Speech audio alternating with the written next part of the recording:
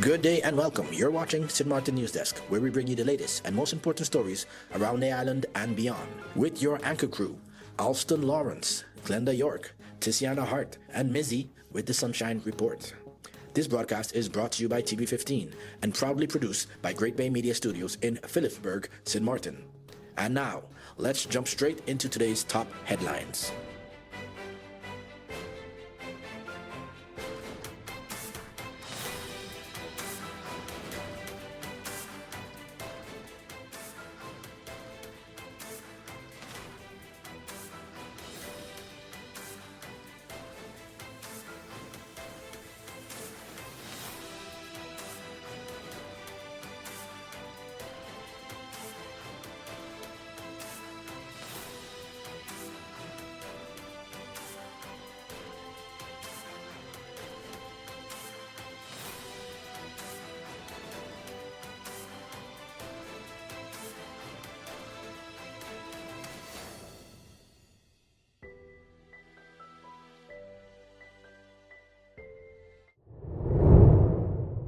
SARE honors outgoing General Affairs Secretary General Plantijn. The Social Economic Council on Wednesday honored outgoing Secretary General of the Ministry of General Affairs, H. Plantijn, during a brief ceremony at the Government Administration Building. SARE Secretary General Gerard Richardson thanked Plantijn for his dedicated years of service to country St. Martin. Plantijn is set to retire next month after a long career in public service. In his earlier role as legal policy advisor to former Prime Minister and current Parliament President Sarah Westcott Williams, Plantijn played a key role in establishing the SARE in May 2011, alongside former SG Emilia Connor Thomas. Richardson acknowledged Plantijn's long-standing contributions to the Council, noting that despite occasional differences in perspective, both offices maintained a professional and respectful working relationship. On behalf of SARE Chairman Harlech Doran, Richardson extended best wishes to Plantijn in his retirement and future endeavors. Clem Labega Parking Lot to be automated, old post office site being considered. Finance Minister the Honorable Marinka Gums has announced plans to fully automate the parking lot at Clem Labega Square as government moves to strengthen revenue collection. The lot is now open to the public with paid parking in effect following a temporary free access period. Gums said the system will be structured and automated to ensure smooth fee collection, noting that parking revenue is an important income stream for the country. The minister also revealed that the former post office location on Walter Nisbet Road is being considered as a possible future site for paid parking, though discussions are still ongoing. Gums emphasized that any new revenue initiatives, including parking expansion or measures such as potential sin tax, must comply with existing legislation and require careful coordination, including alignment with the French side of the island where necessary. CPS says COVID is still circulating. Vaccination outreach set for February 27th. Collective Prevention Services, known as CPS, is reminding the community that while COVID-19 cases have significantly declined, the virus is still circulating on St. Martin. It has been 6 years since the World Health Organization declared COVID-19 a global public health emergency. Although the emergency status ended in 2023, CPS continues to monitor COVID-19 as part of its routine disease surveillance and vaccination programs. The next vaccination outreach will take place on Friday, February 27th at the CPS offices in the Vineyard Building in Phillipsburg. Vaccines are available for persons aged 12 and older between 11 a.m. and 12:30 p.m. The booster is free and voluntary. Residents are asked to call 914 option 4 or 542-1570 or email vaccination@stmartingov.org to schedule an appointment. Please bring a valid ID and your vaccination card. CPS encourages the public to stay informed through its official channels and to continue taking steps to protect their health. Hello, my people. My name is Glenda York of Sit, Sip and Chat and Moms in Paradise podcast. You can find us on TV15 St. Martin, TVC St. Kitts, and on YouTube. Reporting from Great Bay Media Studios in St. Martin, your NEWSDESK featured story is coming up. But first, here is Mizzy with the Sunshine Report. Hey there, it's Mizzy with a Sunshine Report, straight out of Sunshine City, St. Martin, bringing you the warmth and the sunshine you need to kickstart your day. So let's dive into today's forecast and see how the skies are treating us.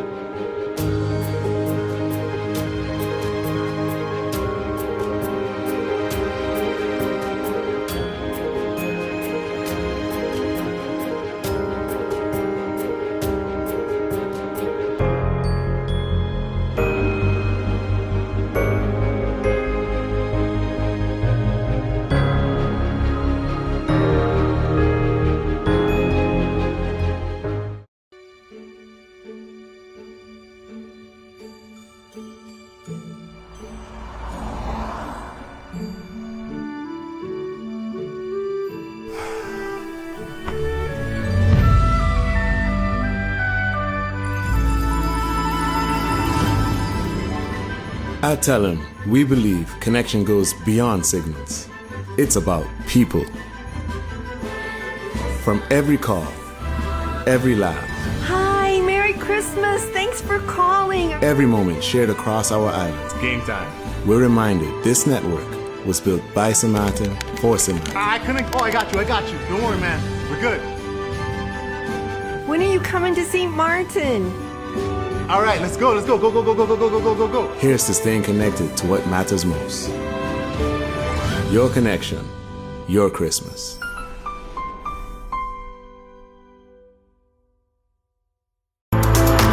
Stay connected to the best of local and Caribbean content anywhere, anytime with the TVC Plus app, the official app of TVC Channel 40. With the TVC Plus app, you can watch TVC Channel 40 live, catch every episode of your favorite shows on demand, watch exclusive pay-per-view content, listen to Voice of the Caribbean radio, and watch and read SKN Newsline. The TVC Plus app is available on all your devices. On the Google Play Store, search TVC and the plus sign. In the Apple App Store, type the words TVC Plus. And we're also available on the Amazon App Store for Fire TV and Fire Stick devices. Search the words TVC Plus. Download today and take TVC Channel 40 wherever you go. All right, don't miss NEWSDESK. Weekdays at 11 a.m. and 5 p.m. on TVC. Sync Kids to the World, now streaming everywhere. USM launches new GED and ESL semesters. The University of St. Martin has officially launched its new GED and ESL semesters, welcoming students from across the community. The GED cohort opened with a kickoff session led by faculty member and USM alumna Nina Diaz, who introduced the social studies course and encouraged students to remain focused and consistent in pursuing their goals. USM marketing consultant Shaban Gitterson also addressed the group, reminding students that earning a GED creates opportunities for employment, further education, and personal growth.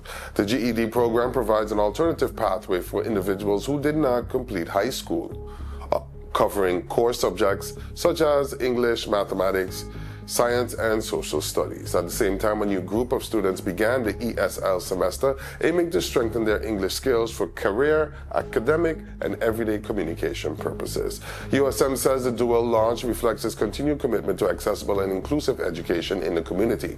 Interested persons can contact the university for enrollment information.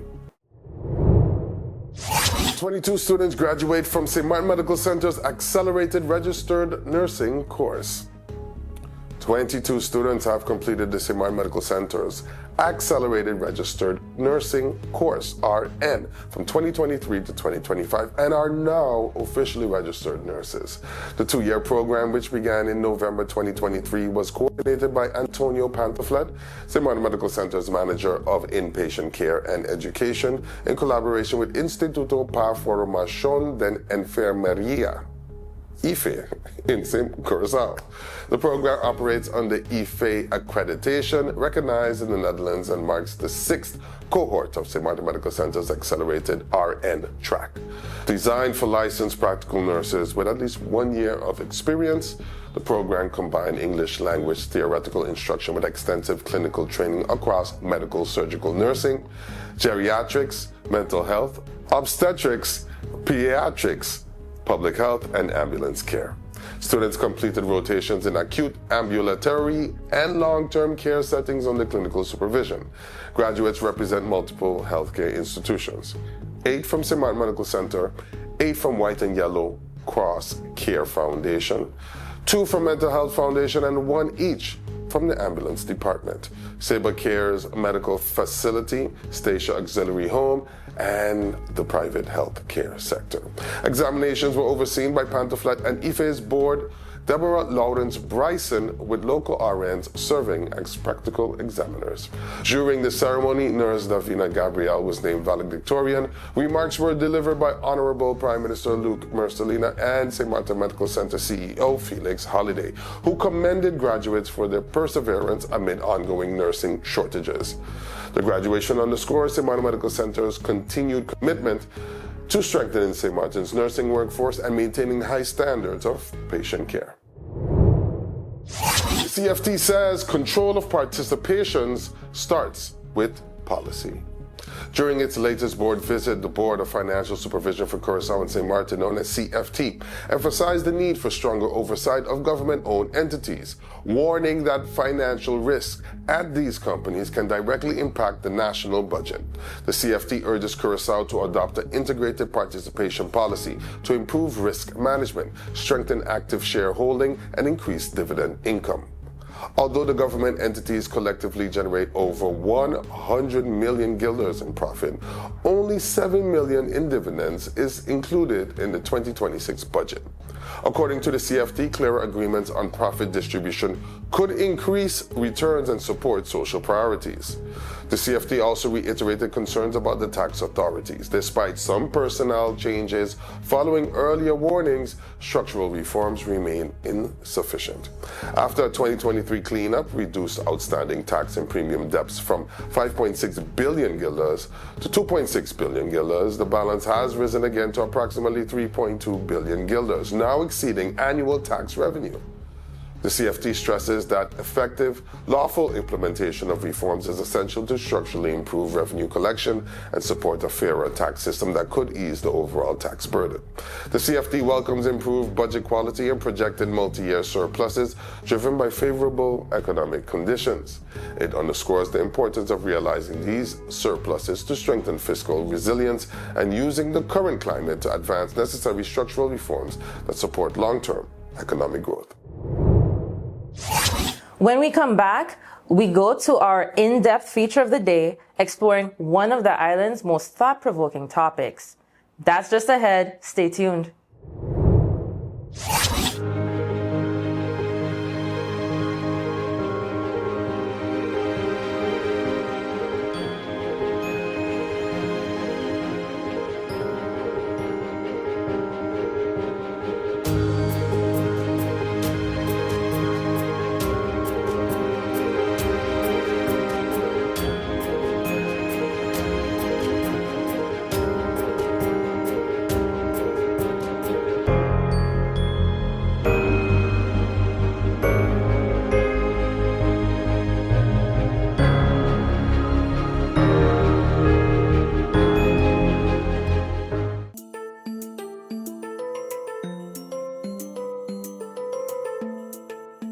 You know, we all talk about having rights. And yeah, we do.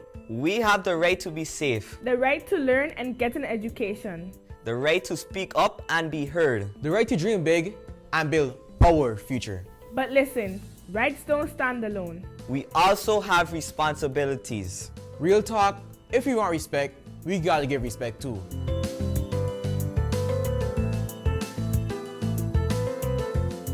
St. Martin is our home. So let's protect it. Keep our beaches clean, our streets clean, and show love to nature. Healthy island, healthy future.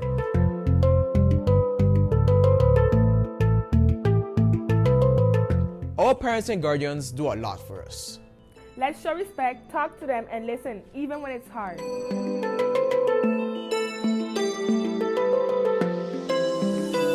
School prepares us for life. So we show up, we stay focused, and we put in effort. We want opportunities, so we work for them.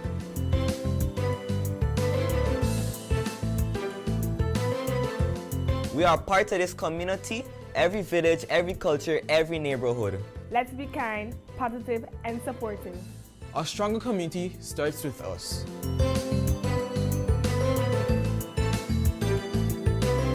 And most importantly, we are responsible for ourselves. We make healthy choices for our mind and body. We believe in our goals and our voice and our future. Our rights give us power, our responsibilities make us leaders. Together we rise. The Convention of the Rights of the Child isn't just a policy, it's protection and responsibility. When our children learn their rights, they are better prepared to take on their responsibility. This public service announcement is brought to you by the Department of Youth.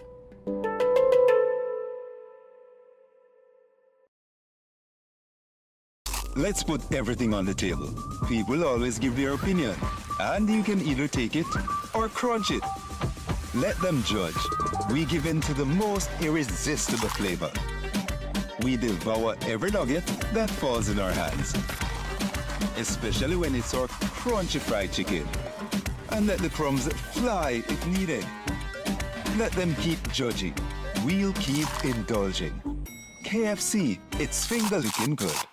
You could talk to your family, talk to your friends. Affordability and convenience. Community connection, that makes sense. Reliability with experience. Hey, for every love, every adventure. #1 provider, they got ya. We tell them your data is always on. You can opt out whenever you want. Tell them we always on. For every moment when you want more. Tell them we always on. Stay connected when you want to roll. Control my data, yeah, yeah, yeah. Always connected every time, everywhere. Money low, but I never fair. I know, tell them is there. Connectivity, that's what I like. Flexibility, that's what I like. Reliability, that's what I like. Tell them, sign me up for life. Tell them we always on. For every moment when you want more. Come tell them we always on. Stay connected when you want to go. Come tell them we always on. For every moment when you want more. Tell them we always on. Stay connected when you want to road.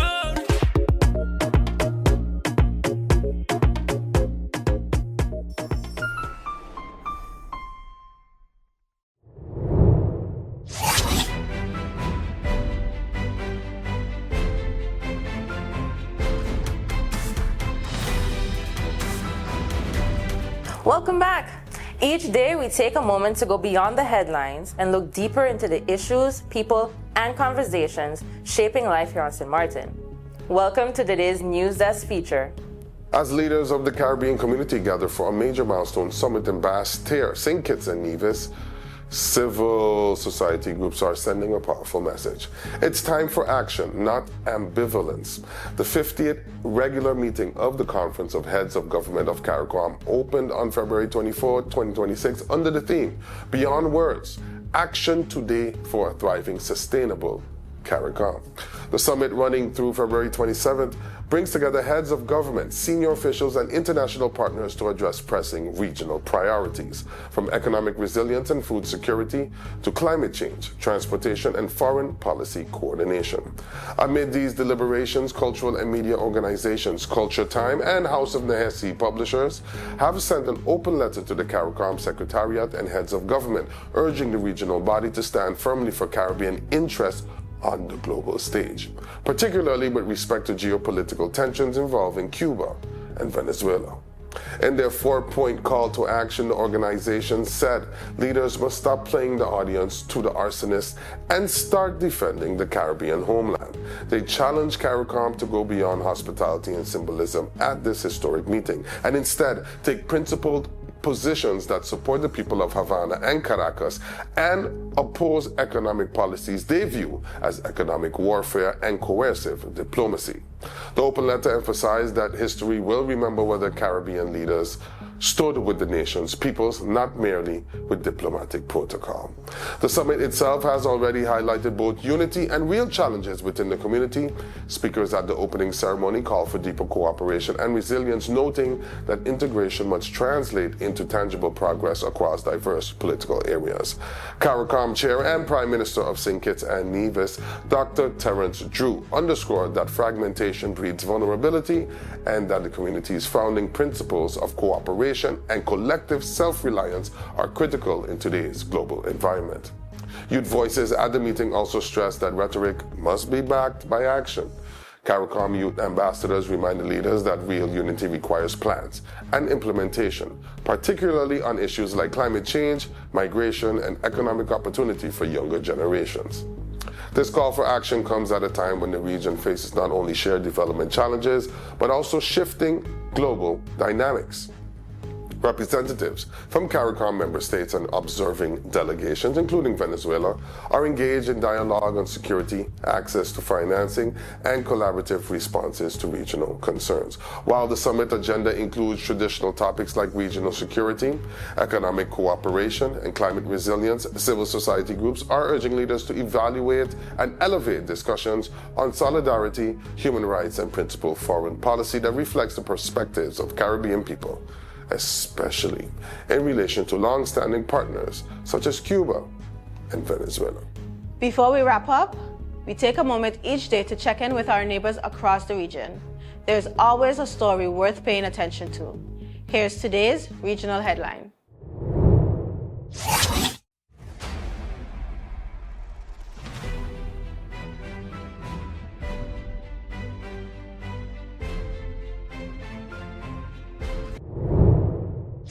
Glass bottle sales are banned during Le Mardis de Grand-Case. President of the collectivity of St. Martin, Louis Mussington, has issued a decree banning the sale of beverages in glass bottles along Boulevard Bertin Maurice Léonel during the 22nd edition of Le Mardis de Grand-Case, Mardi Gras in Grand-Case.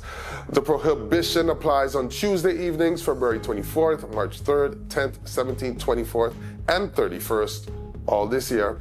If events are postponed due to bad weather or other disruptions, the ban will automatically extend to April 7th and 14th, 2026. The measure aims to safeguard public safety, sanitation, and public order during the weekly cultural event, which attracts large crowds to Grand-Case. The restriction applies to the organizing committee and all fixed and mobile beverage vendors operating in the area. Authorities warn that violations will be prosecuted under existing laws.